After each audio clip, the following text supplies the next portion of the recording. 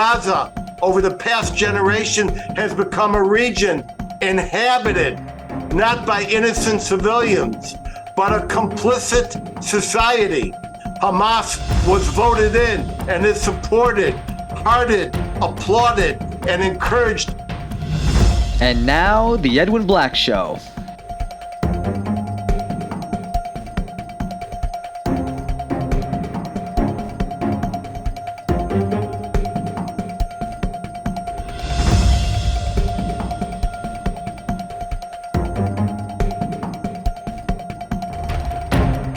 Sponsored by the books of Edwin Black, available on Amazon and at booksellers worldwide. And now, here's Edwin.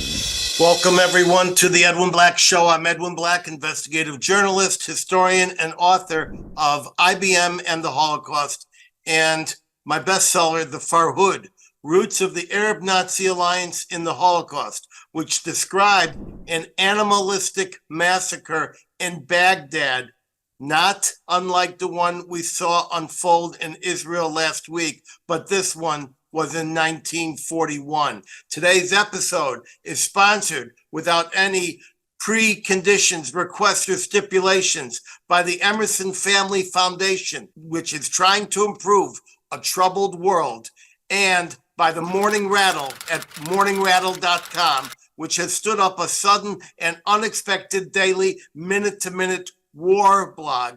And it's co-sponsored by my book, The Farhud, which documented a similar Arab Nazi bloody slaughter of Jews, as I say, not at the Gaza border, but during World War II in Baghdad under the control of Berlin. Today, we welcome guests from across America, including our 4 watch parties in the Villages, Newton, Massachusetts, Chicago, and Tampa Bay. Overseas, I see viewers logged on from Australia and New Zealand again, Japan, Holland once again, France, Italy, Spain, Germany, Belgium, Greece. I see South Africa, Great Britain, Canada, Mexico, Brazil, Argentina, India. Plus, once again, the UAE is here, and Israel, aka Eretz Yisrael, as well as other countries. If you have a question limited to today's topic, place one short sentence in Zoom's QA feature. Children and sensitive people should now leave the room. Out now, please. Today, we are skipping our weekly special announcements, our AI threat update, and our items from the week because of this special format. Like our brothers and sisters in Israel on campuses and discrete street corners of the world, I and my team are on a war footing. We have stood up a minute-to-minute war blog at themorningrattle.com, and we are working in many other ways, obvious and not so obvious, publicly and privately. I will say that at the Edwin Black Show and our companion YouTube site, we have just released more striking illustrated episodes. But of interest, first, we are rushing to complete our first Swords of Iron war coverage done last week, including the dramatic monologue requested by so many. Stephen Rita, it's coming. Second, we are finalizing for release the absolutely shocking episode from June of this year, Farhud Day 2023, in which I commemorated the Arab Nazi pogrom of 1941 and asked where such a monstrous bloodletting could happen next. In that episode, you will hear me say it won't happen in Morocco or Syria, but more likely in Israel and or the United States of America. Vindication can be a painful thing. I prefer to be dead wrong rather than dead right. Check later this month and you will see both episodes live and unnerving. My tour continues. Most notably, next week I fly to hotbeds of academia, Southern Methodist University in Dallas, where I appear before the Department of Jewish Studies and then before its prestigious Membri Human Rights Program. While in Dallas, I will appear once again for 90 minutes in studio at the Glenn Beck Show to discuss this war. Then I grab a dawn flight to Tampa, where I meet Jewish leaders and University of South Florida faculty for a lunch briefing. Then a few hours later, a mid-afternoon interdepartmental historical presentation on Israel and international law. And finally, my third event of the day, I shall lead a Jewish Solidarity Shabbat at the local Hillel Thank You Harvey. In November, I'll be in Los Angeles. December, a congressional event with author Ken Abramowitz, launching the third edition of his prescient book, The Multi-Front War. And in January, I lead 3 daily events with the Gross Family Center for the Study of Anti-Semitism and the Holocaust.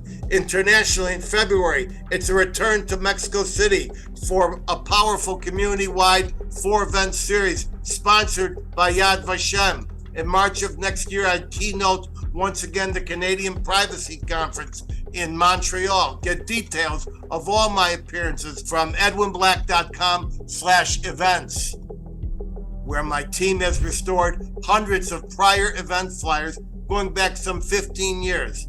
And let us meet up in your city, hopefully under better circumstances. Warning again, children and sensitive people out of the room. Out now, because I will be showing the awful videos. But I have stopped glossing over the bloody realities. So get ready, people need the truth. By now, everyone knows that since last Saturday, Israel has been in a full and complete state of war. The ISIS Nazis in Gaza, also known as Hamas, whose charter explicitly, in its first paragraph after its preamble, promises to obliterate Israel, Hamas tried to make good on its pledge in a surprise attack. It was during a Jewish holiday. An unprecedented rampage and pogrom was inflicted through the border farm villages bordering Gaza, the house that they murdered many defenseless families in their homes, killing them, burning babies in front of their parents and massacring parents in front of their children, openly raping young girls and also kidnapping more than 100 children, men and women, and even elderly grandmothers, then gleefully broadcasting the atrocity videos to a world of cheers back in Gaza and elsewhere. So monstrous, so ghoulish, so barbarous were these civilian atrocities, I had to invent a new word to describe them. The new word is homicide, H-A-M-A-C-I-D-E. That is homicide of a new animalistic barbarism that exceeds anything done by the Nazis and even ISIS.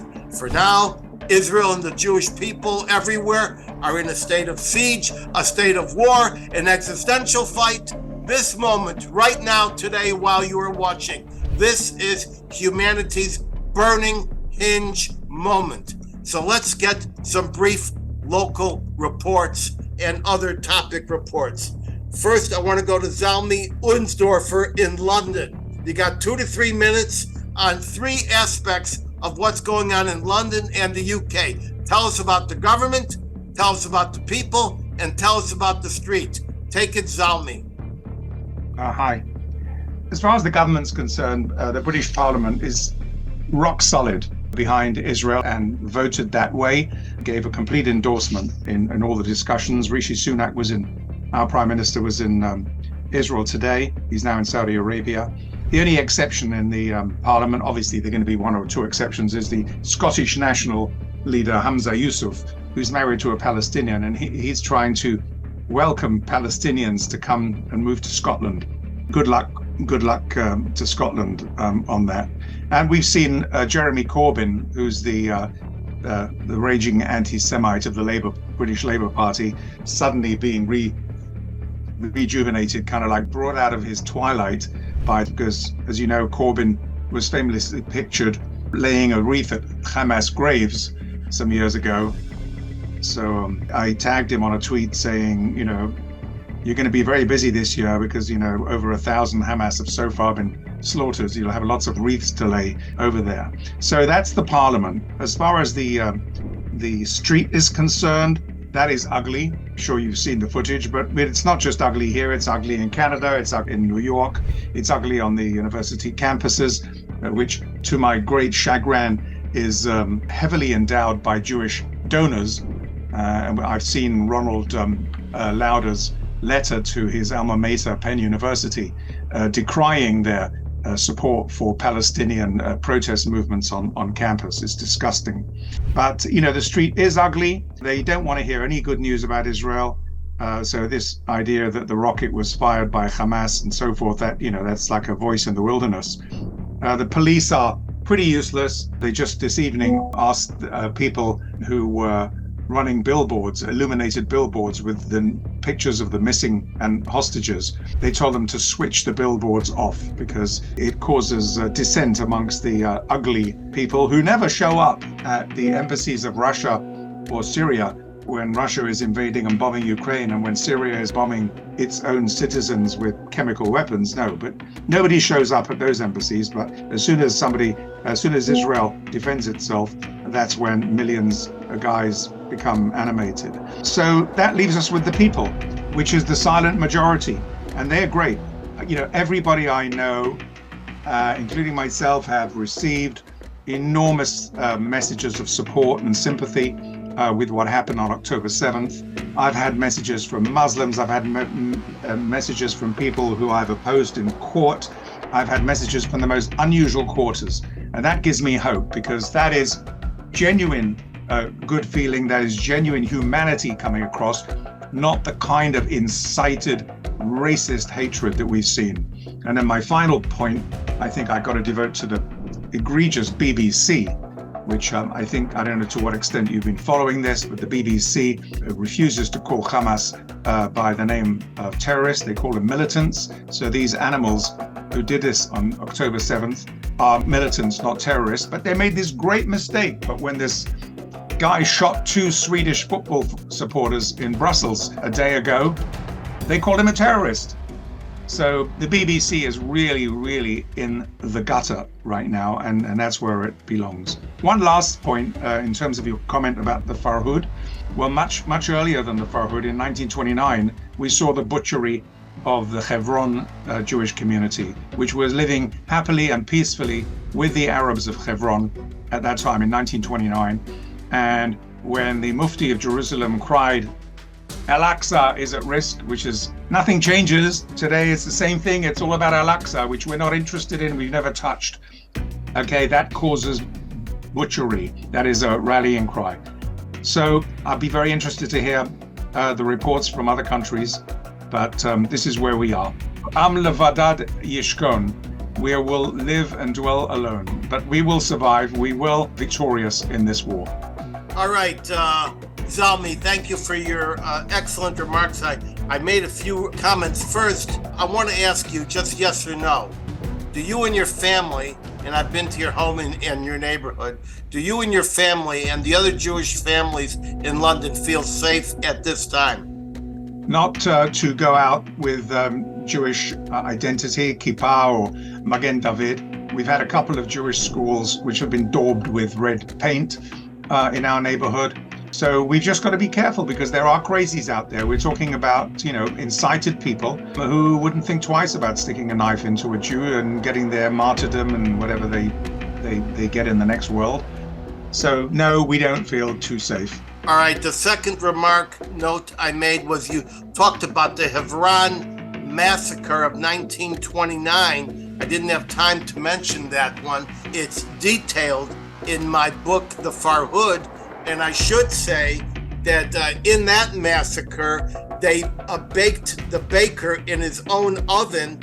They beheaded one, and these were just Bible studiers called yeshiva buchers, and they beheaded one person and played football with his head, and they crucified a Christian traveler, and they sliced open the belly of the local banker, and burned his receipts in there. That's in my book, The Farhood. It's a tough one. And the final thing is Ronald Lauder from Estee Lauder wrote a letter of complaint to University of Pennsylvania. And he went on and on and on and on about all his complaints. And then at the end, he chickened out. And he said, well, I'm going to have to think about it now. So he wasn't like the other people who said, I'm pulling my portfolio. Thank you, Zalmi. Stand by. I hope to see you soon and to stand with you in the parliament and your synagogue once again. So now I'm going to go to Sharon Polsky. She's in Calgary, Canada. Sharon, take 2 to 3 minutes. Tell us what's happening in Canada vis-a-vis the government, the people, and the street. Well, Zalmi sums it up well. It's ugly. Canada's Prime Minister quickly denounced the attacks on Israel, saying the news coming out of Gaza is absolutely unacceptable. Harsh words from him. But he and other Liberal members of Parliament have said that while they condemn the attacks conducted by Hamas on October 7th, and they've called on Hamas to release and safely return the Israeli hostages, they also condemn the airstrike on the Baptist hospital. Trudeau added that it's not acceptable to hit a hospital.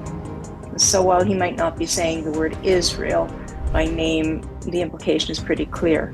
We also have a special representative on combating Islamophobia appointed by our Prime Minister a couple of years ago, and she also posted a statement on the situation that's still up this morning when I checked. It refers to the most recent attack on the hospital in Gaza, again, clearly implicating Israel as the aggressor, despite evidence to the contrary. So many people in government and the Canadian media were quick to share unverified information and blame Israel. Some have apologized for being so quick to condemn. Trudeau has not. We're waiting. There's also been very little in the way of official response to demonstrations in the streets of major cities across Canada. In Ottawa a couple of days ago, MPs from all sides of the House gathered at an event that was sponsored by the Centre for Israel and Jewish Affairs, and they reaffirmed their solidarity in the fight against anti-Semitism, while demonstrators outside protested against Israel. And the police were there and asked attendees to leave by the back door and to go in groups for their safety. Major demonstrations in Toronto, Montreal, Calgary, Vancouver. Thousands of people gathered to demonstrate in support with the people of Palestine, is how they're getting around it. The media, of course, is reporting those rallies, but saying remarkably little about pro-Israel gatherings that are happening quietly. And although the police have increased their visibility in communities in cities across the country, they are severely outnumbered at the rallies. So people are being very, very careful. Meanwhile, acts of anti-Semitic vandalism are up, to be expected, I suppose. Homes and Holocaust memorials have been defaced this week. Some media referred to those incidents as, and I quote, possible hate crimes. So while some countries have banned demonstrations, Canada hasn't, claiming that it's our Charter of Rights and Freedoms, which does provide a right to free expression and a right to peaceful assembly.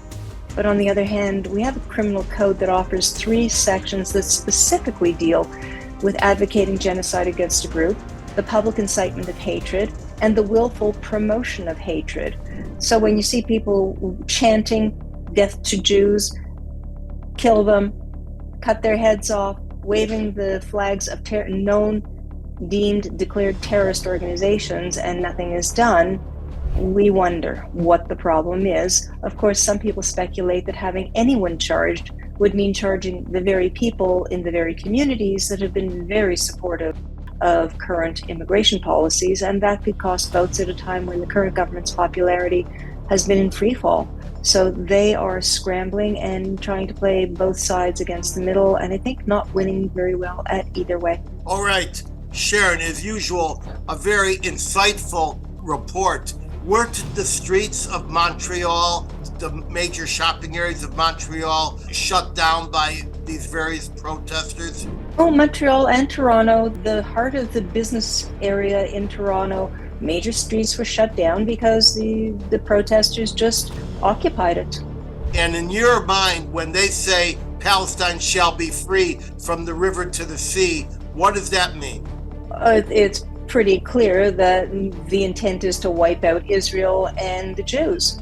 Very simple. And because of things like that going on in our streets, a lot of people don't feel very safe. I mean, I live in an area of the country close to where James Keegstra was found. He was found to have been saying, a teacher in high school years ago. He was telling students that the Holocaust never really happened. He was taken to court, found guilty, fine. But he's also from an area just north of where I live that's typically referred to as the Aryan capital of Canada. So everybody here is already careful about wearing a Magen David or having a mezuzah on their doorpost that's visible from the street. Others, of course, are taking the route of, and always have, saying, I'm not going to hide. I'm not going to hide who I am or my religion or my beliefs. Have at her. And nothing really happens. But now it seems to be fair game to attack Jews wherever they might be. So people are very, very concerned. Thank you, Sharon, and we'll get back to you shortly. Francisco Gil-White, my friend in Mexico City, he knows an enormous amount about this topic as it relates to Mexico, and he also knows Colombia quite well. Give us, Francisco, 2 to 3 minutes of what you see in the government, the people, and the street, both Mexico and Colombia. Take it. In Mexico, the president took a position that wasn't as bad as the position some other leaders have taken. So in Colombia, it was very bad. The president of Colombia basically came out in defense of Hamas. I mean, it's just unbelievable. He also made this claim that is going around, which I had refuted a long time ago. I just wrote a new article on this topic. Francisco, when I was with you in Mexico City last, I met a vibrant Christian community that continuously and loudly expressed its support for Israel. Is that still the case? No, that's still the case. They showed up they had a show of force in front of the Israeli embassy in support of Israel. There was also a protest against Israel at the same Israeli embassy, and they graffitied everything, of course. It was not a very big protest, though. It was not huge. And as I said, the president here sort of decided not to pronounce himself, which is bad, but at least he didn't come out as a Hamas supporter and enemy of Israel the way the Colombian president did. Now, the Colombian president has threatened. They went in Colombia from extremely supportive of Israel. They put the new guy in, and he's antagonistic. Did he threaten just to break relations with Israel? I think it's the other way around. Israel is, I think, suspending relations with Colombia. That's the last thing I saw, because the statements of the Colombian president are just outrageous. Now, you have to understand the context.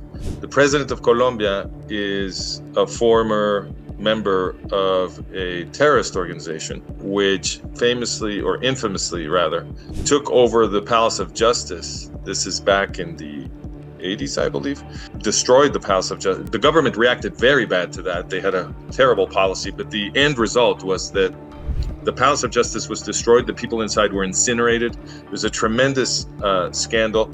And the terrorist group that took the Palace of Justice at that time is the same terrorist group to which the current president of Colombia belonged. Now, he has claimed that he had nothing to do with that, but now that he has become an apologist for Hamas, it just makes me wonder. Anyway, all right, I'm going to see you next spring down in Mexico City, and we'll see what the climate is like. Now, I want to go to our contributing editor, Juda Engelmayer, who has an insight into something called the Community Security Service, which helps Jewish institutions keep safe synagogues, hillels. They're minute to minute on the ground to keep the Jewish community safe. Judah, take the camera and tell us what the situation is with all the campus confrontation, the street violence, and the bold anti-Semitism. What do you know? So, the CSS was formed from people who came out of Australia, CST in UK, and even South America, where Jews didn't have the freedoms that we have in America and the securities that we felt prior to these events. CSS has been around in the United States since 2006, and what we do is we train. We believe the best way to protect your community is for communities, neighborhood, and community security. People who know the neighborhood, know the organizations they're involved with, are best apt to control access, to control, to help control security. We know who should be there, who shouldn't be there. We know who looks right and who doesn't look right. I'm not talking about identifying people based on race and ethnicity, but we know the experiences of our own congregation. So we take local people who pray in a certain synagogue or temple or belong to an organization, and we recruit them to help become volunteers to do service. We get them we teach them counter surveillance. We teach them how to look like they're a presence in front of a building inside, how to lock down an organization if you have to, how to evacuate if you have to, how to shelter in place if you have to, and how to defend, run, hide, fight, the rough guidelines. And, over the years, we've been growing to about 6,000 countrywide, United States wide, in about 20 different states now. And now we're getting phone calls from even more people saying that they would like this. And, the whole idea is basically prior to all this, and I keep on saying prior to all this because things have gotten, I think, a little more hectic in New York, New Jersey, United States, as we can see. But, you hire an armed guard for a shul or a synagogue, and they're not really going to do access control. They don't know who belongs, who doesn't belong. If they don't know who looks the part or doesn't. If you're wearing jeans and a t-shirt, but, they're going to stop anyone wearing jeans and a t-shirt, or anyone who doesn't look like they're Jewish or doesn't look like they have payas and tzitzit hanging out. They don't know. So they're just there in reactionary. If something happens, they're there to help defend. We're there to help understand, identify, and work with local police and law enforcement to help make sure that there's proper access control and that there's security. And we've been called on to do lots of events, and lately we've been doing a lot of rallies. Like yesterday, 2 days ago, in my own neighborhood in New Jersey, in Teaneck, there was a protest in front of the town council there. Because the town council wanted to pass a resolution supporting Israel and opposing Hamas, not opposing Palestinians, opposing Hamas. And apparently a large contingent of folks from Paterson, New Jersey came there, and they weren't peaceful. They were riotous, and they was on the police kept it under control. We also helped manage the crowd and keep people apart. You want to yell and scream on your side, you can yell and scream on your side. We'll yell and scream on our side. We keep our people in place, and we work with the police to make sure that everyone had a gap between them, so that we can yell. And what it turns out is that we're finding that security is being sought after more and more. People are feeling less safe. People are feeling the way folks felt in Argentina after the bombing of the Jewish Center. We're feeling that people are feeling the same way they do after Charlie Hebdo in France. I think that United States and everything that we've been seeing, Mayor Adams has been very good on this. Our New York governor just went to Israel. Joe Biden has been incredibly supportive. But the street seems to be a big problem, and I don't know where that's coming from, other than to say that it's an import of immigration, but it's also being educated on our college campuses. When you see these rallies in the street, it's not just Palestinians and Muslim people. It's a lot of people who are like you and me, who are who brought up in middle-income households, who have been indoctrinated, who feel that the as Alan Dershowitz claims, the intersectionality, everyone else's pain is now a shared pain, and we should all collectively voice it. And they don't really understand the issues very well. And now Israel is a common enemy. I've never seen an environment like this where an organization like Hamas can slaughter people outright, cut their throats, burn babies, as we've seen, and we don't have to repeat everything that we've said. And yet people in the streets saying that's okay. Israel brought it upon themselves. And even worse, Israel is that's Hollywood stunt to get us angry at Hamas. Hamas never did that. I've heard people who just don't believe it. And you saw by the reaction, CNN, ABC, Wall Street Journal, New York Times ran headlines right after that hospital. And after 2 seconds, their headlines were Israel did it. It took a lot of effort to push back against them until they changed their headlines moderately to reflect what the truth actually was. And none of them are really apologizing for it. The worst, I think, on the real networks is MSNBC, but I'll get into that later on. But in terms of CSS, we are a community organization based on community volunteers We work very well with law enforcement. We're trained by law enforcement in many cases, and we are there to observe, report, to help synagogues and temples and shuls and organizations protect and believe that community security is best. I know who's best. I know who comes to my synagogue every day. I know what people look like when they come to my synagogue. You know what people look like when they come to your synagogue or temple. You know, everyone else knows their environment best, so we know when there's a threat looming, and we can best look out for it. All right, Judah, thank you and your organization. I just made a couple of notes. You said a bunch of people came over from Paterson, New Jersey. For those people who are not from New Jersey, I should note that Paterson, New Jersey is a stronghold of the Arab American community and of the Palestinian Arab community. Second of all, I wanted to know, how many institutions do you actually help, including Hillels, synagogues, JCCs, Jewish organizations?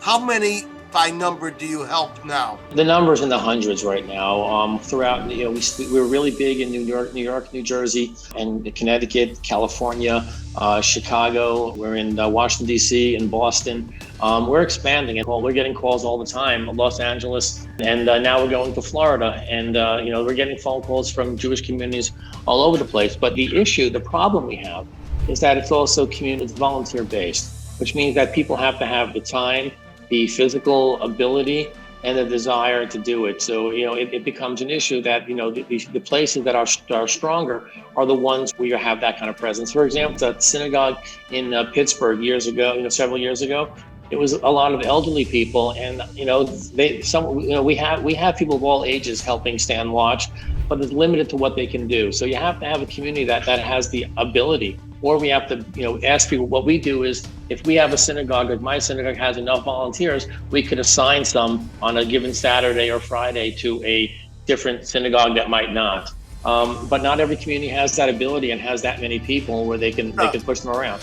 Judah, do you feel safe?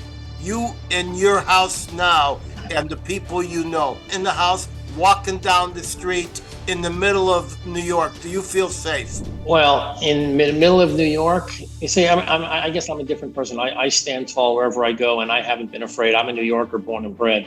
But it's getting, the feeling of discomfort is getting stronger, and particularly after in Teaneck, where I live now. After we saw the type of crowd that comes out for a council resolution, it's obvious there are people in the community who don't like us. And I think that it's teetering. I think we're teetering. And I'm not going to say I don't feel safe. I feel like I'm in control of my environment to whatever degree I can be. But there is overwhelming sense that the tide is turning. And figure out how to defend and protect themselves. Police are really, really helpful and really good with us. Law enforcement has been great. I think there's an ominousness out there.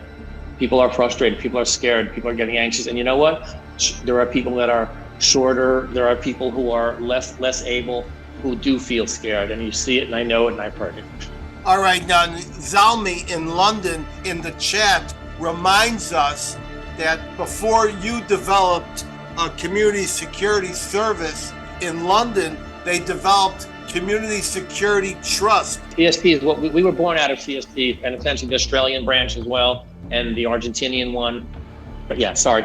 Zalmi, come on and remind me the name of the guy who started the CST in London. He was a friend of ours, right? Gerald Ronson. He's a great philanthropist and businessman.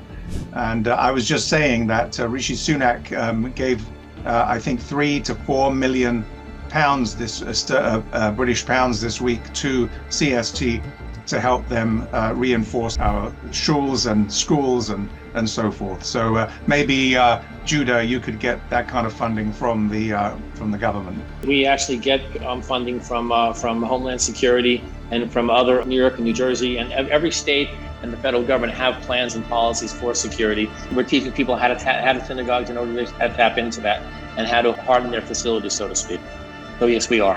All right. On top of that, the organization itself has been getting more donations from philanthropists, knowing what we do and knowing what's going on there. All right, thanks, Judah, and we'll talk to you soon. I want to return to Sharon Polsky in Canada. Sharon is our contributing editor generally on the topic of digital and cyber matters, privacy. I want to inform my audience that Israel, especially the Israel Air Force, working with Unit 8200 in the Israel Defense Forces, has been following and tracking down all the social media, the GoPro histories, the internet actions of all the perpetrators, all the people making the films. And the chief of the Israeli Air Force, General Tomer, made a statement: "We have all your names and we will not fail to find you." Sharon, come on and give us a couple of minutes and tell us just how possible it is to track down these killers by their social media. It happens every day to every one of us. If you go into an airport in any major city around the world by now, there's live facial recognition cameras working constantly. So as you enter the airport, your face is scanned, the algorithm goes out, searches databases. If you're identified, you are apprehended within seconds, literally. And this very same technology that infringes on personal privacy and often is used to persecute journalists and advocates and others, it is great. It's very useful when it comes to identifying criminal actors. Here, the Palestinians did the Israelis the favor of recording themselves and each other on their GoPros and on their cameras and proudly posting these atrocities to social media. They handed the information to Israel, who then can use things like Clearview AI, the company that made the headlines not too long ago for having scraped images of billions, with a B, billions of people, and made it possible to instantly and positively identify each one of them. It's that sort of technology. So whether the images are from the GoPros or CCTV or maybe even from the video doorbells of the victims' houses captured, the information is there. They get it. They use Clearview or PimEyes, another sort of analysis tool, and you get the identity of each person. And from there, it's really easy to find their location, because very often people forget or they don't know to turn off the location settings that embeds the precise geolocation into a photo or a video. So they've got the location of where the picture was taken. They can go on to things like LinkedIn or any other social media and quickly do an image scan, a comparison, find the individual. From there, know exactly who their associates are, because it's human nature. We want to be part of a group, part of a crowd. We're proud to associate. I'm proud to associate with you, Edwin, with Juda, with the other esteemed guests on your show. So, of course, we're going to post these things for all the world to see. Well, Hamas does it also, so that hands the information to Israel.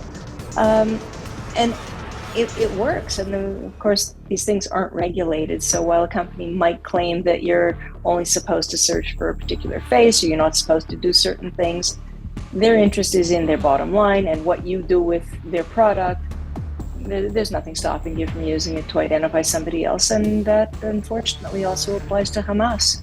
They can get the pictures, they can get the same sort of technology, they can identify people. So it's both sides, once again, very dangerous. Now, Sharon, in addition to the private companies who are working to provide all of this data, when the United States offered to help Israel, it wasn't just with munitions.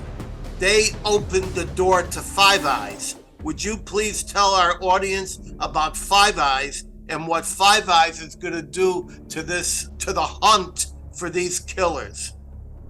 Well, Five Eyes was established in 1942 as an agreement between the UK, the US, Canada, New Zealand, and Australia to share information for the purposes of law enforcement, national security. I mean, it was raw at the time. There was a reason.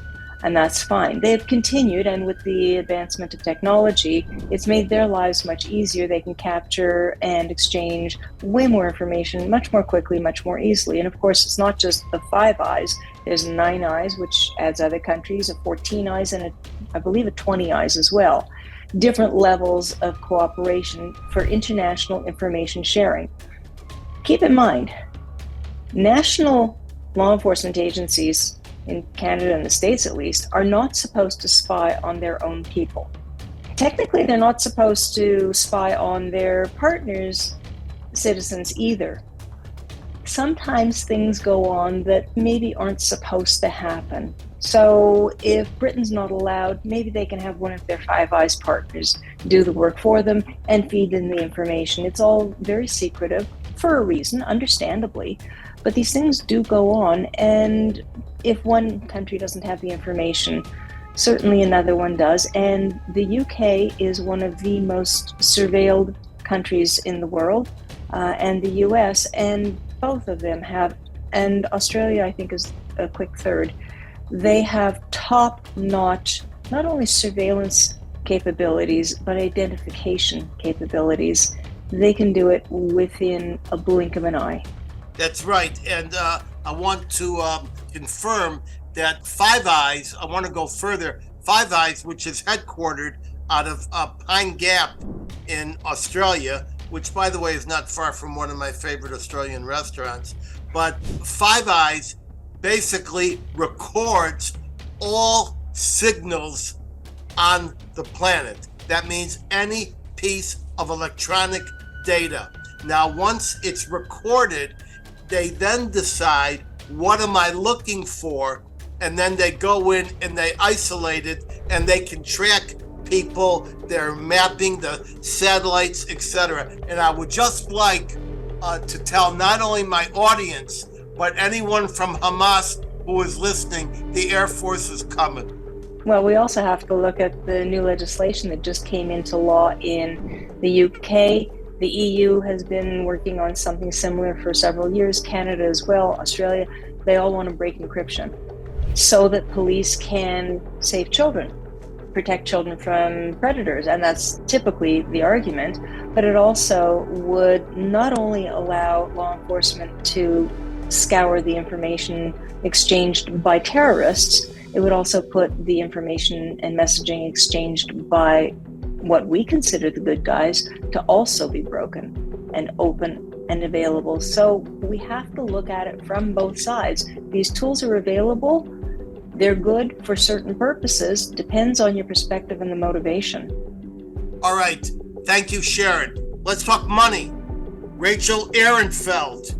Everybody knows that I've worked on the financing of terrorist group. I published a book on it, Financing the Flames, in which I gave the details of the monthly salaries, the billions of dollars in salaries that are being paid to the Palestinian Authority, to terrorists. And I'm told now that under Palestinian law, get this, under Palestinian law, these terrorists, and they have the names, are going to receive millions of dollars in congratulated salaries, and that money is going to come from taxpayer-supported funds everywhere around the world. Now, Rachel Ehrenfeld has done a bunch of research on this. Rachel, come on and grab the mic. I understand you don't have a camera with you. Grab the mic and tell us what you know about the money trail. Yesterday, the Treasury issued OFAC, the special office, issued sanctions against 10 key Hamas terrorists and financial facilitators in Gaza and elsewhere, including Sudan, Turkey, Algeria, and Qatar. 10? Only 10? What about the rest? Why were they only sanctioned? Why wasn't there a request to Interpol to issue red alerts for these people, for these terrorists? And what was missing from the sanction list is the Islamic Republic of Iran. This is a glaring absence, really. Iran controls Hamas, the Palestinian Islamic Jihad, Hezbollah, and many other Palestinian and other terrorist groups in Lebanon, Syria, Yemen, throughout the Middle East and Latin America, and probably here too, surely in Europe. However, and Iran is the major financial facilitator, the master planner, and chief puppeteer of these groups, and it was not designated.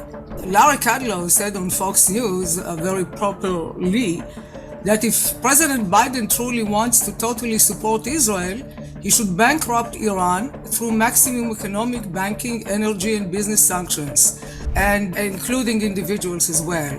Turkey, for example, a NATO ally and Hamas funder, and Qatar, which harbors Hamas leaders and is Hamas' biggest financier, are also missing from the list. Qatar, erroneously assumed or presumed as a US ally, has been using its wealth to incentivize and corrupt Western institutions, businesses, office holders, politicians, influential personalities, and media outlets. Since 2020 alone, Qatar had spent at least $1.6 billion on lobbying campaigns in the US alone, and $5.4 billion in total in donations to American universities, including Harvard, George Washington, Arkansas State University, Carnegie Mellon University, Georgetown University, Northwestern University, Texas A&M, Virginia Commonwealth University, Weill Cornell Medical Center College, and City University College in New York. So when trying to figure out, well, who is influencing the people, well, these universities are influencing the students, right? Qatar money has also influenced many Washington-based think tanks. Among them is the Brookings Institute, which operates also a branch in Doha. For years, it kept secret the millions of dollars it received from Qatar. A payment of $14.8 million to Brookings' former vice president, former US ambassador to Israel twice, and Obama's Middle East envoy Martin Indyk, proved a good investment. Indyk has made many public statements harshly criticizing Israel, often parroting Qatar's and the Palestinians and Hamas lies against the Jewish state. When Qatar payments to him were exposed, Indyk said that Qatar payments did not influence him or Brookings' positions. Well, so in June 2022, then Brookings President John Allen was forced to resign because court documents showed that the retired four-star general, Obama's appointed former commander of US and NATO forces in Afghanistan, was secretly lobbying for Qatar in violation of FARA. Allen denied the charges, and eventually by January 2023, the DOJ closed the investigation. Then we have also American organizations that fund pro-Hamas, Palestinian, other Islamist groups. One major foundation like that is George and Alex Soros's Open Society Foundations. And now, did you say George Soros, S-O-R-O-S? Is that the George Soros that you meant? Yes, that's the George Soros and his son, Alex Soros, who is now running the foundations. He has been funding pro-Palestinian, pro-Hamas organizations and individuals in the US and in Gaza and Judea and Samaria, and often not, sometimes directly, sometimes indirectly. So, for example, through Tide Foundation in San Francisco, he has been funding the Arab Resource and Organization Center, physically sponsors the project urging high schoolers around the country to join Walk Out for Gaza protests now. The AROC advocates chanting when going to the streets to demonstration, chanting, Israel, Israel, you can't hide. We charge you with genocide and free Palestine. And also, the project also suggests, the Soros-funded project, talking points with the media through this organization. And they say that the United States is complicit in the genocide of Palestinians, and they must demand, they are complicit with Israel, and they must demand immediate ceasefire and sign, and they also call for decolonizing Palestine, and Palestine will be free. So this is one organization that the Soros money is funding. There are two. Rachel, what is the name I did the JTA in multi-part investigation of the Ford Foundation called Funding Hate. You also published a fabulous book. What was it called? Funding Evil? Funding Evil, How Terrorism is Financed and How to Stop It. But I also wrote the Soros Agenda. And the Soros Agenda has a special chapter about Soros' crusades against Israel. All right. And there are many, there is a list of many pro-Palestinian, anti-Israel. For example, the two groups that last night occupied the Capitol, Jewish Voices for Peace and If Not Now, are also funded by the Soros Foundation. Since 2017, Jewish Voices for Peace received at least $650,000 from Soros for their human rights work in the Middle East, promoting human rights, meaning pro-Palestinian, anti-Israel.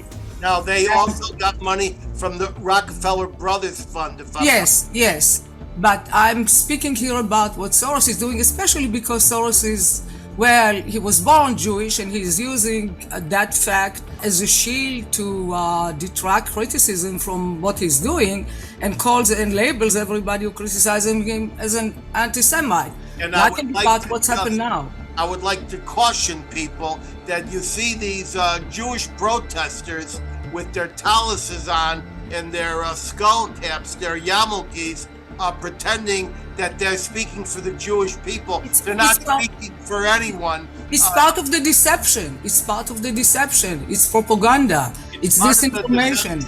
And absolutely. And I would like to say that the peaceniks at the music festival outside of Gaza were the first ones to be slaughtered. Now, before we let you go and turn to our excellent, I'd like to also say that the heads of Hamas are not in Gaza City. They're in the Four Seasons Hotel in Qatar. Is that correct? All right. Now, you asked, where's this money being funneled? I'm going to give you a couple names. My friends in Century City, investment people. Listen here. Trend GYO. Trend GYO. I have a second entity that I have investigated called the Al Rawad Real Estate Development Company, headquartered in Sudan. These organizations have been, these are the Hamas investment portfolios in America's big business. They're on Wall Street. We have to call it there for the financial part. And now we want to go to our celebrated Mideast security analyst with impeccable Arab sources. We want to talk to Walid Phares. Walid, take the screen and answer this question. Politically speaking, who's running the show in Gaza? And is there any alternative to Hamas if Hamas is destroyed and obliterated?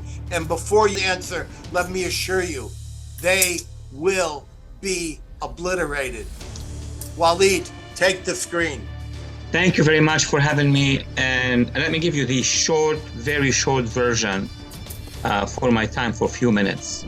Those who are in control of Gaza, at least since 2006, 2007, when Hamas took over from Fatah, but actually they were present years before, but they completely secure through a coup, not through elections. Those who control it are Hamas in the front, and they have a couple wings, Islamic Jihad and other jihadi organizations. That's point number one. When, I don't want to say if, but when the Israelis are going to move in, they're going to dismantle Hamas. That's a long discussion.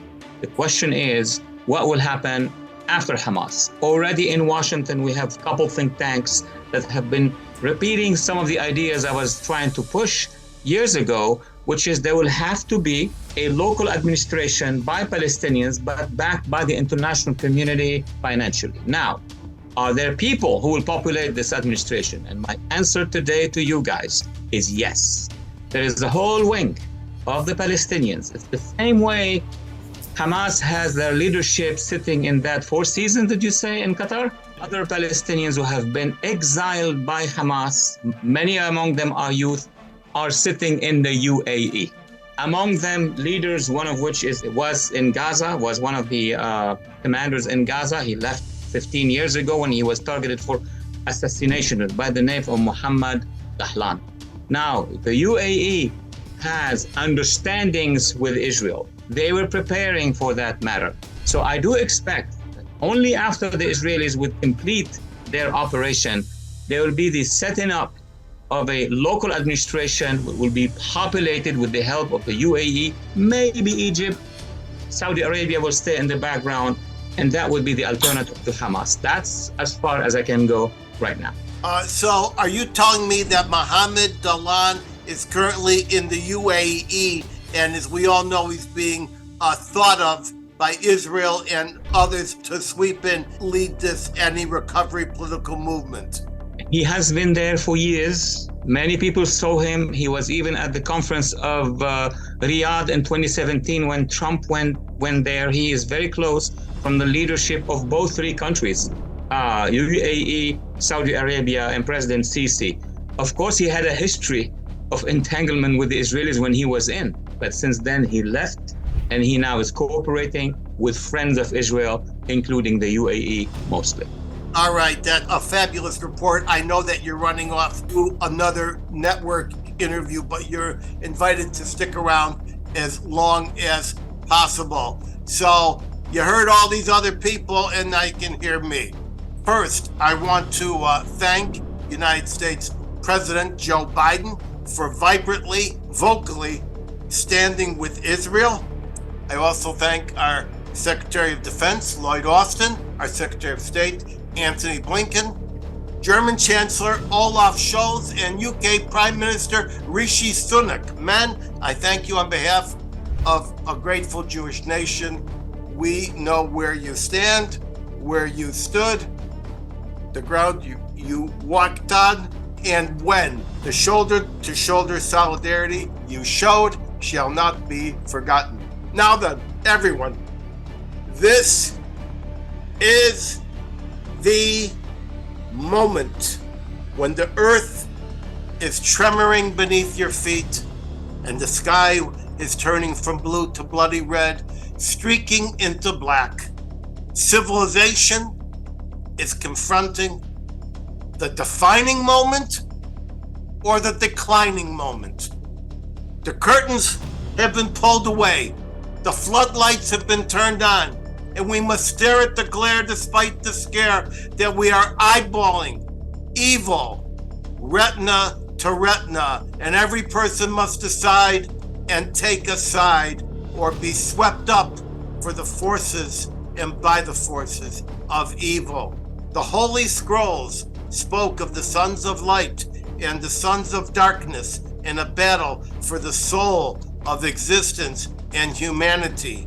Israel, Jewish communities worldwide, and the civilized world now confronts an existential threat. Jews, Israel, humanity, I say again, this is your minute and a clarifying minute. And it's a minute that all of us should take names and not forget. I'm now going to play some horrible videos that we uploaded. Thank you, Luca. And ask again for people to exit the screen and exit the room for a few minutes. First, I show you, I don't know if I have the technology to get this done, but I'm gonna try. First, I show you a confession by one of the terrorists that has been obtained from Israeli intelligence. والإسلام والرجال والأطفال صغير وكبير ومرض وصبي احتلوها قطع عروسهم يا حماس بعد ما قتلوا الناس قطع عروسهم دينهم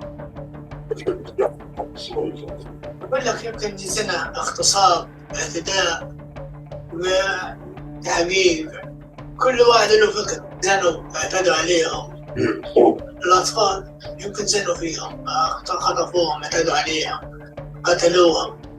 All right, I can't afford the expensive version, so I have to do this in a handmade attempt. So now I was intending to show you a really horrible video, amongst the worst I have ever seen. Friends, we debated it.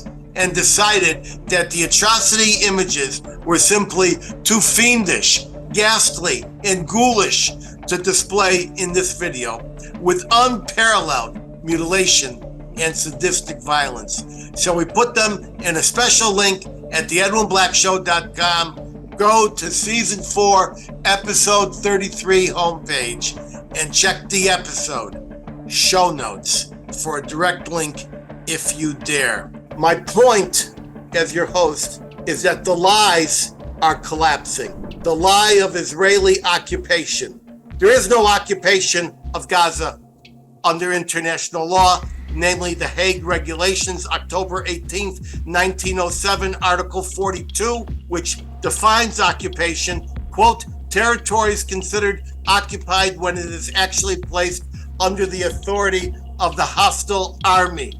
The occupation extends only to the territory where such authority has been established and can be exercised, close quote. Israel was not. In Gaza, we have an entire episode on the fallacy, the myth of Israeli occupation. There is no occupation of the West Bank, the name that Jordan gave to an illegally invaded territory in 1948 when it refused to recognize UN Resolution 181 proposing a two-state solution, one Arab and one Jewish. They used the word Arab because at the time, Arabs never thought of themselves as Palestinians. That full area was placed under the jurisdiction of the Oslo Accords, which created the Palestinian Authority as a subsidiary of the PLO. It has 3 areas, Area A, B, and C, and massive expansion of residential areas by both sides, aided by international efforts. We have fake refugees in a fake refugee camp operated by a fully autonomous regime in Gaza and the West Bank, who are being supported as terror regimes by a fake refugee agency, the UNRWA, the UNRWA Relief and Works Agency, created to fabricate and invent a second refugee organization just for Palestine Arabs, regardless of whether they were born in British Mandate Palestine before 1948 or in Los Angeles or London 48 minutes ago.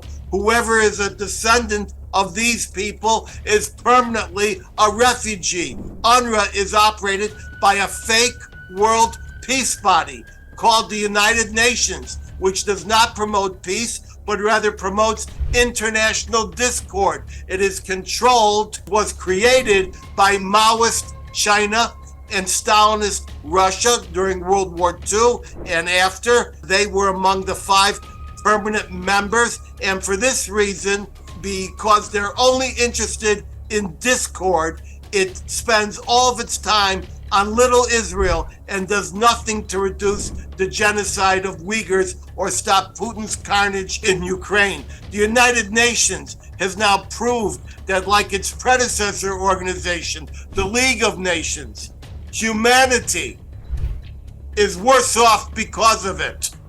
The UN has now reached its apex of uselessness and needs to join the bogus League of Nations in the paper shred of history.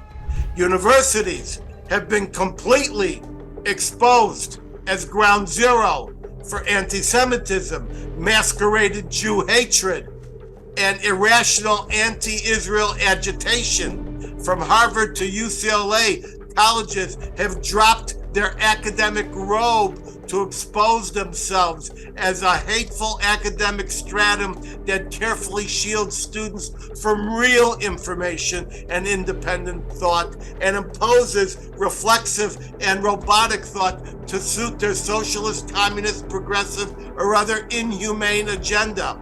I gave a lecture at one of America's most prestigious academic institutions some days ago.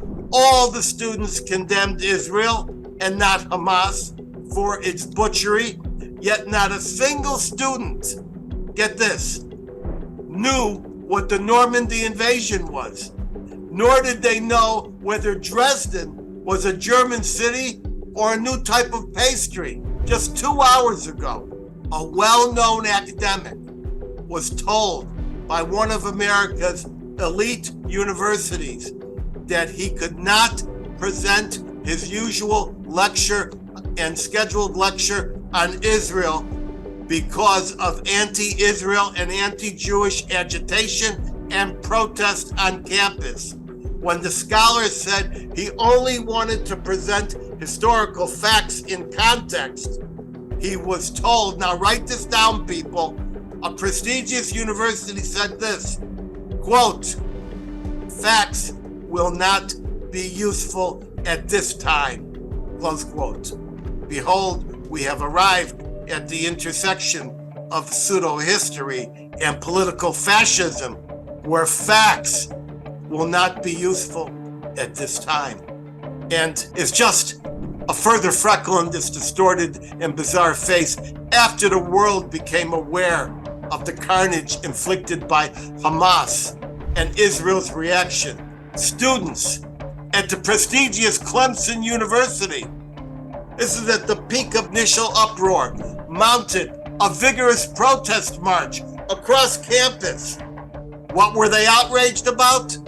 The administration's decision to remove female tampons and Kotex dispensers from the men's bathroom. Now we ask if Israel is actually committing war crimes and endangering the innocent civilians of Gaza.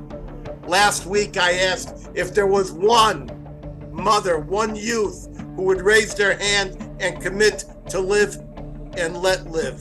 Live in peace and let live in peace. We have not seen it. Like Berlin and Dresden and Tokyo before it, Gaza over the past generation has become a region inhabited not by innocent civilians, but a complicit society.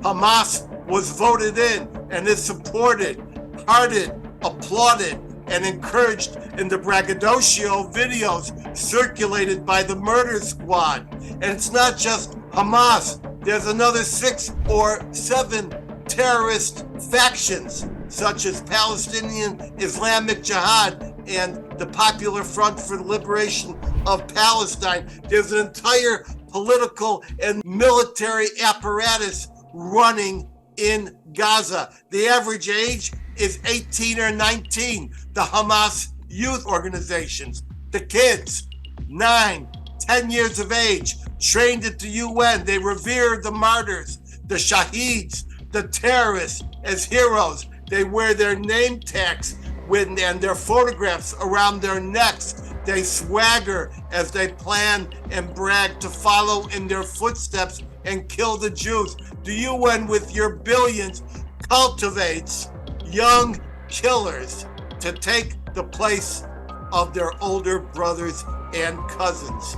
We see mothers want only to bear another child so that he can also die as his brothers died. And I have one that claimed that if her children could not kill a Jew with their hands, they should kill them with their teeth and bite them to death. That video will be coming out shortly.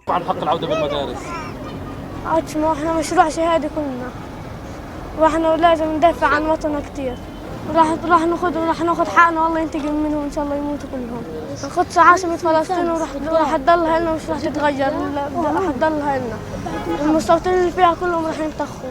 أنا نور المسيمة مديرة نادي أشبال العاصفة.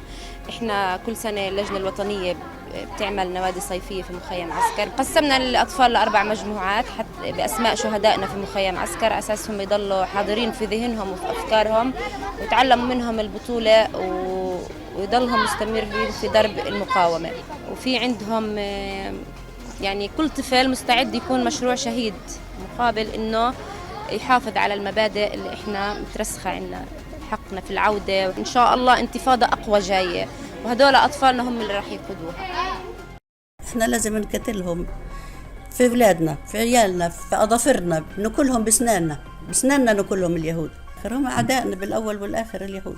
الله يكرمني وأربيهم هالأولاد يطلعوا زي ما بده ربنا إن شاء الله. يكونوا من حفظة القرآن من الصالحين البارين إن شاء الله. مجاهدين في سبيل الله كمان. And so I say Gaza has few innocent civilians. They have a complicit society, a partner in crime, a supporter of the terror, specializing in summer camps to train children to grow up and become teenagers who will then commit armed massacres like we saw last week. So the better word is not innocent civilians. Write this down. The better word is combatants and non-combatants. And if they're not functioning as a combatant, okay, they're not fighting at that minute, then they are protected by the laws of armed conflict, the laws of war. Israel does not owe food, electricity, and water to Gaza. That is the job of its elected government, which just went on Russia TV to brag that Israelis love life, but they love death. They went on to brag on Russian TV that they have many weeks of food, water, and munitions, plenty of supplies. Remember, it seems they run out of everything in Gaza, except missiles. Missiles they have.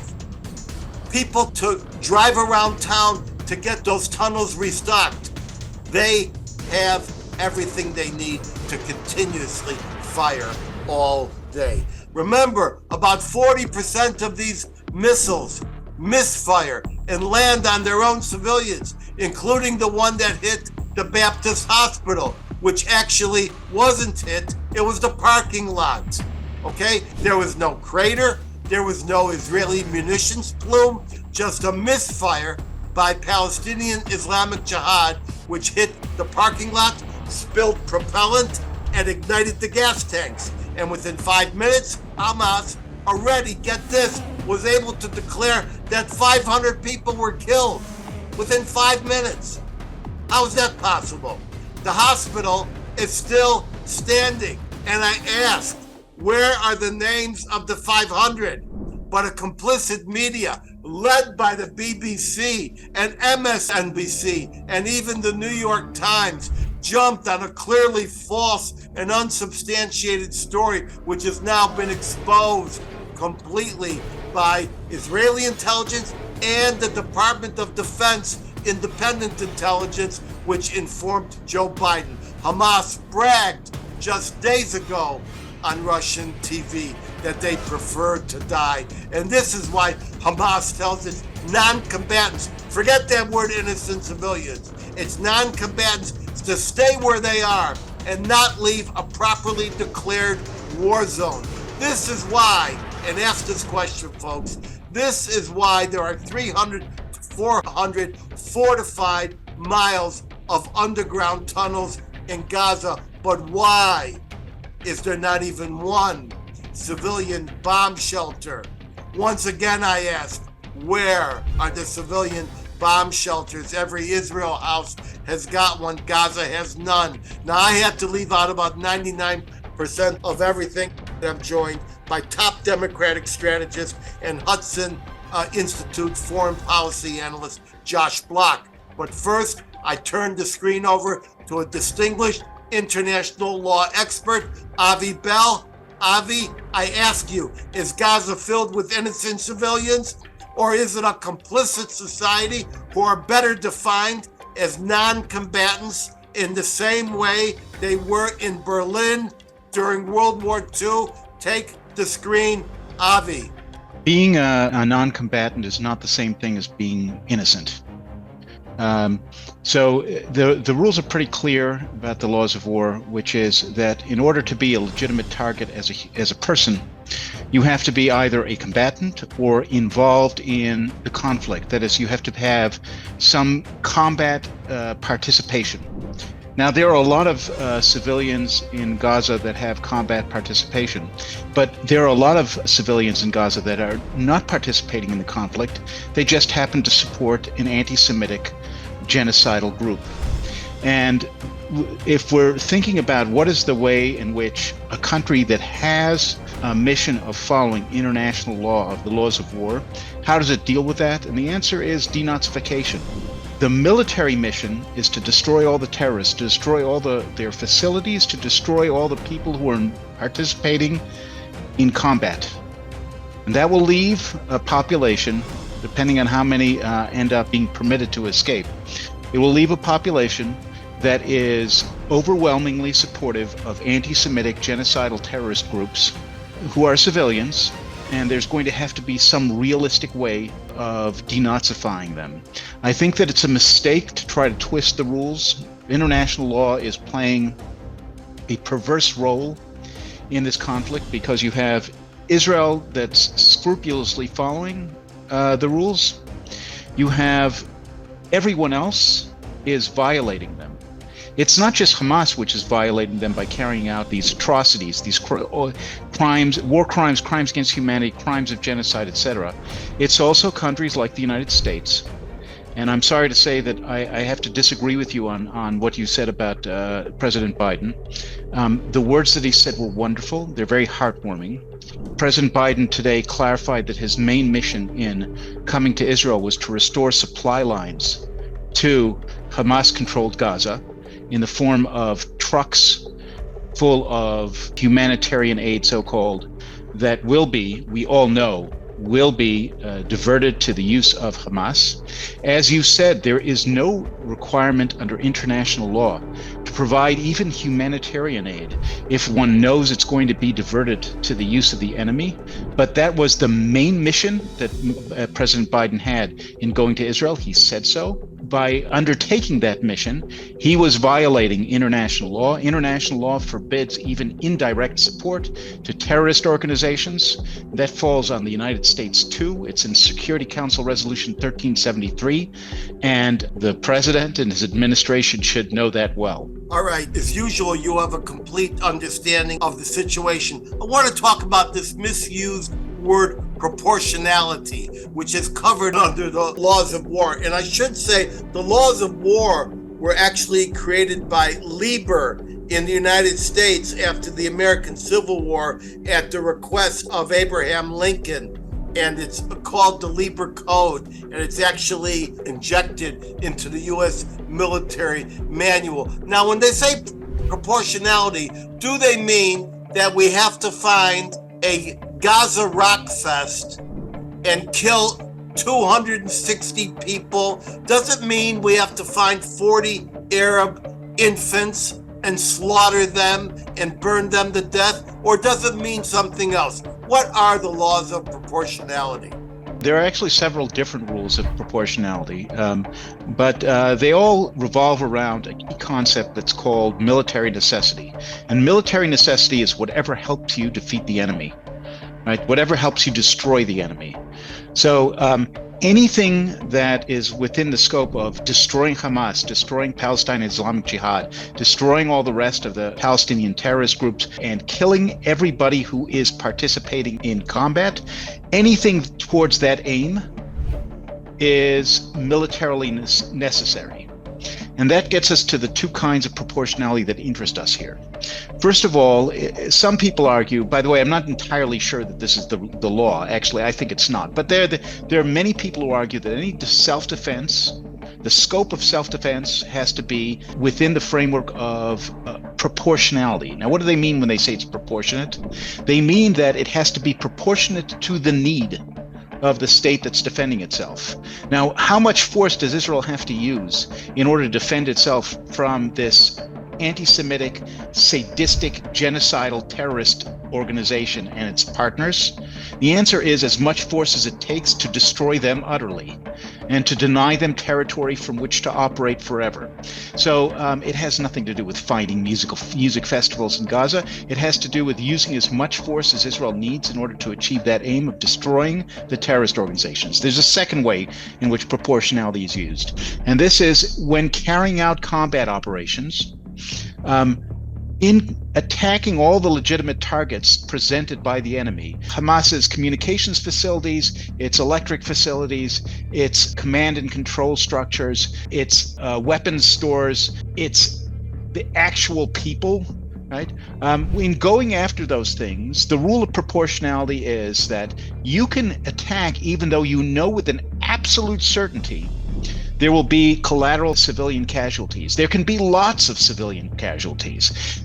You just can't have a number of collateral civilian casualties that is clearly excessive in relation to the military need, the military necessity.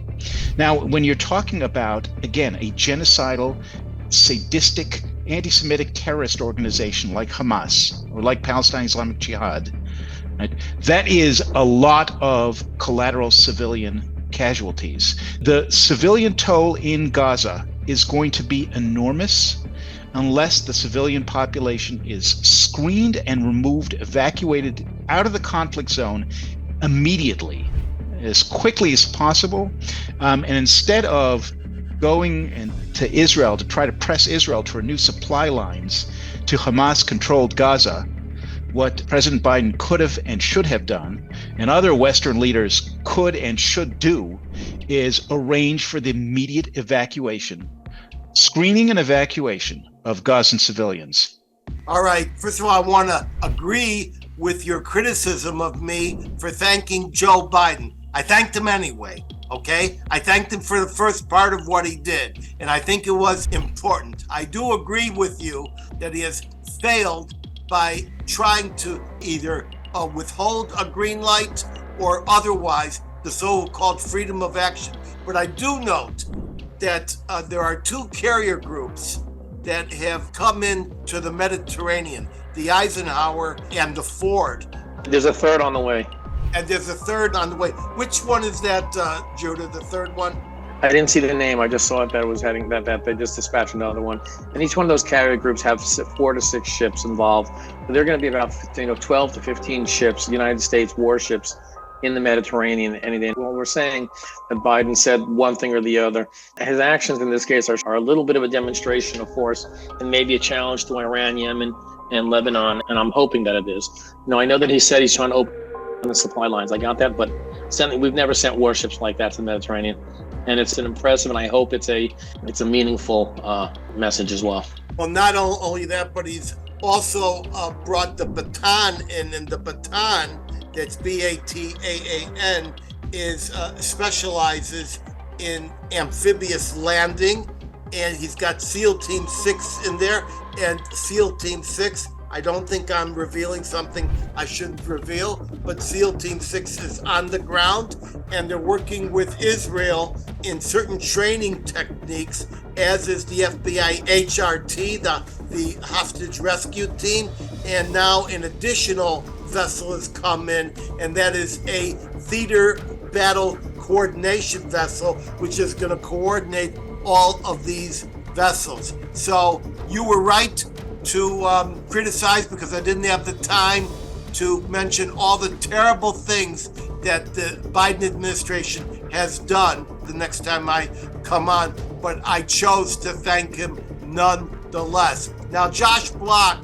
has been waiting patiently for much longer than he should have, and Josh is our best foreign affairs analyst, and he completely understands the role of Iran in this, and he completely understands that Joe Biden's guy, Rob Malley, seems to have been, I guess, a guy who was turned by the Iranian regime, and we don't know how far the connection between Malley and Iran goes, but this much we do know, and that is that he lost his security clearance and he's under investigation. There's a lot going on. There's Saudi Arabia, there's the Arab world. Josh, take the camera and tell us just how bad it is.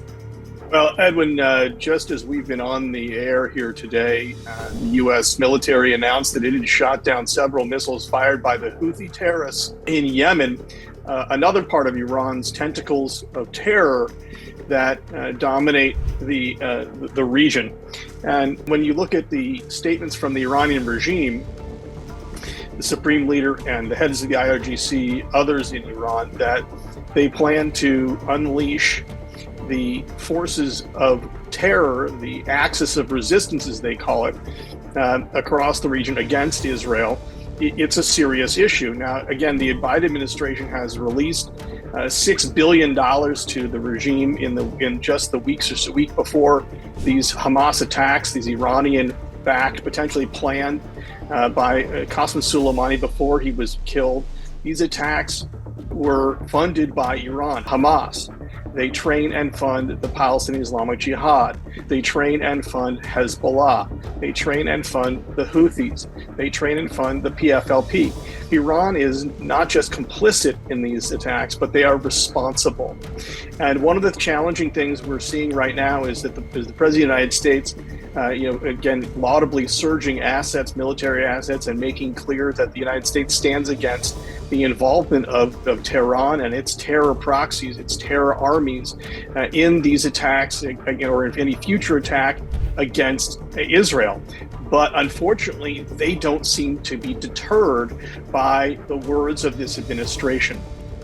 So again, in the last 2 or 3 days, we've seen at least 3 attacks by Iranian proxies using drones and missiles targeted directly at American soldiers in the region. One reportedly resulted in the death of a military contractor in Iraq who died of a heart attack while seeking shelter just today. Others resulted in injuries. They are disregarding the American warnings to not fire additional missiles, and launch additional attacks at Israel. And they're even escalating their attacks on American forces. So the United States needs to take a decisive effort in deterring Tehran. I honestly would not be shocked, Edwin, if this entire operation was a cover for Iran to break out with nuclear weapons, or to claim that it possesses nuclear weapons as a way to further deter any action against its terror proxies in the region. They are a menace. And again, we need to remember that Iran fits into a larger paradigm of Russia, China, Iran, North Korea, potential nuclear axis. All 3 of them are currently declared. We know how close Iran is to its nuclear weapon. And this axis of evil, I guess you would call it, in classic terms, spans all the way from Asia across the globe over into Europe. And their intent, we see them today. We saw the President Putin in China meeting with Xi this week. We've seen the Iranian foreign minister in China, in Russia. North Korean weapons were reportedly found by the Israeli military having been used by Hamas in this grievous attack, which of course is how we got to this point. And this administration has a very poor record in its effort to stop Iran. In fact, it has empowered the regime. Yesterday, the 18th of October, the UN ban on Iranian missiles expired. That UN ban now over. The Russians say they're free to trade in missiles with Iran. Iran is free to ship its missiles around the world. It's free to expand its research and development of intercontinental ballistic missiles that can reach the United States. We already know that they could fit a nuclear weapon on the missiles that they possess, which can reach Israel, all parts of the Arab world, and into parts of Europe. This regime's a menace.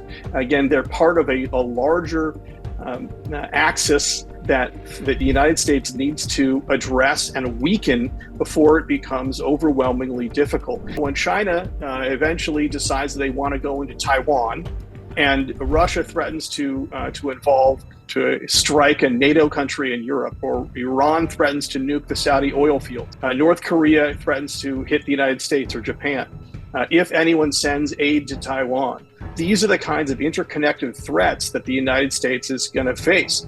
And if we don't take out some of the links in this chain of evil, before they threaten us directly in this way, we will be on the receiving end of the kind of terrorism, the kind of threats, the kind of military concerns, national security threats that are potentially truly destabilizing. The United States needs to act more forcefully, not just against Iran, which is the world's leading state sponsor of terror, but against Qatar, who also is financially responsible for Hamas, who hosts them. We saw just this last week, the Iranian foreign minister meeting with the heads of Hamas in Qatar. These are dangerous human beings that need to be dealt with and eliminated. You can't sit around and just use words, just hope that people will abide by the deterrent threats that you're making when they're not deterred. And so we have to regain that level of deterrence, the United States, not just Israel. And tonight, the President of the United States is scheduled to address the nation at 8 o'clock Eastern time about Israel, about Ukraine. And there's no question that the threats that the United States faces are interconnected. Now, I want to make one other point, which, of course, we all send our deepest condolences to those in Israel who've been affected by these attacks, and there are tens of thousands of families who are. But we need to remember that Hamas, as you mentioned, Edwin, has used the aid money that Gaza has received, some of which, by the way, the administration released this week and has released before, to build not schools, not hospitals, not bomb shelters, a network of tunnels underneath Gaza, some of which are 40 to 60 feet underground. These are subway tunnels. They are not Viet Cong dirt tunnels. They've spent $1 billion to build this tunnel network, and it needs to be decimated. Now, they're down there hiding with their stores of food, their rockets, their missiles. Again, I'm sure other people have noted, people say Gaza is running out of supplies. Well, they're not running out of missiles.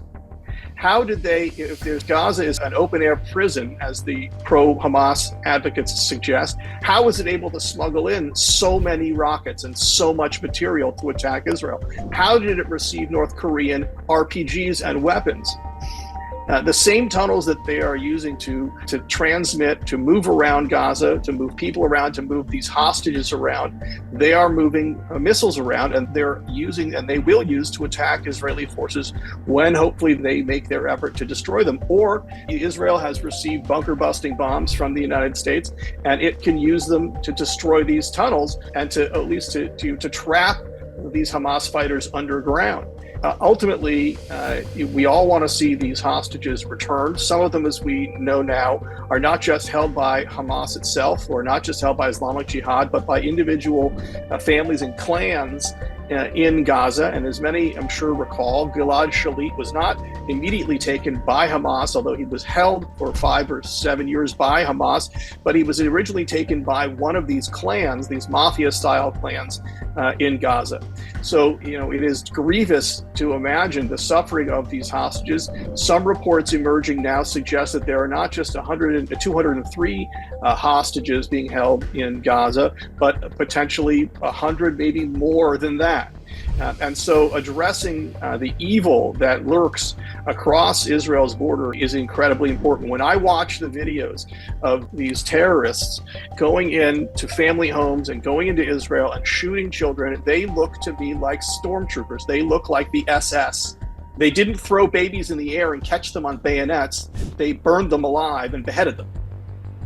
This is the evil that is facing the brave men and women of the IDF as they go in to eradicate Hamas as the forefront, the forward outpost of Western civilization facing these threats.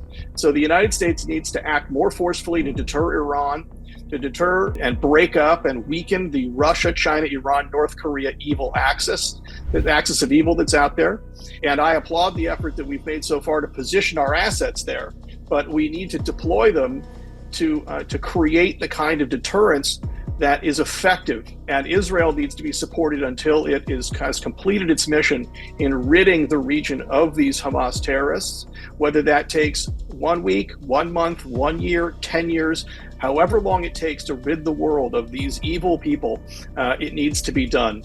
So what we see from Congress, what we see from the administration, we need to continue to see, and it needs to be improved on. There needs to be no coddling of Iran. There needs to be no funds for Iran. There needs to be a pressure on Qatar, and all of those who pose a threat, who begin to attack the United States, should meet their complete and utter end, just as should Hamas. All right, Josh, a fabulous insight. We're going to wrap it up. Before we do, I want to ask you a couple of questions. Yes or no? Does Iran have the nuclear bomb? Meaning, has it fulfilled the Ahmed project, where it wants 5 nuclear bombs using an R-265 shock generator into a Shahab-3 missile cone? What do you say, yes or no? It does not currently possess an assembled nuclear weapon. It doesn't have an assembled one, but as of about a month ago, they had all of the ingredients, correct? Yes, we know, Edwin, that beginning in the early 2000s, Iran constructed 4 nuclear weapons, absent the core, the fuel for those nuclear bombs. And of course, we now know they've been able to enrich that fuel to 97% of what they need for those bombs. We know that they have an indigenous design that would fit on top of a Shahab 3. And of course, they are within just a matter of weeks of being able to finish that process. There's still time to stop Iran, but we don't have a lot of time to waste. And whether it's 2 weeks or 6 weeks, this conflict could be used by the regime as cover for that breakout. All right. Thank you for waiting. I want to say we're out of time. We're not going to take these questions, but I'm going to hold them for the next show. And I want everybody to hold for my closing word of wisdom just a minute away. But first, I want to thank all of my esteemed guests, my principal panelists, my reporters. I want you to know that you can get access alerts to participate live in future shows at theedwinblackshow.com. You'll see a much enhanced and exquisitely produced version of this show and prior episodes by subscribing to our YouTube channel at The Edwin Black Show. Follow me at Edwin Black Book on X and Facebook. And now for my closing word of wisdom, which echoes my warning at the beginning of the show. Civilization must now decide, will this be a defining moment or a declining moment? Thank you, world. And now I am zooming out.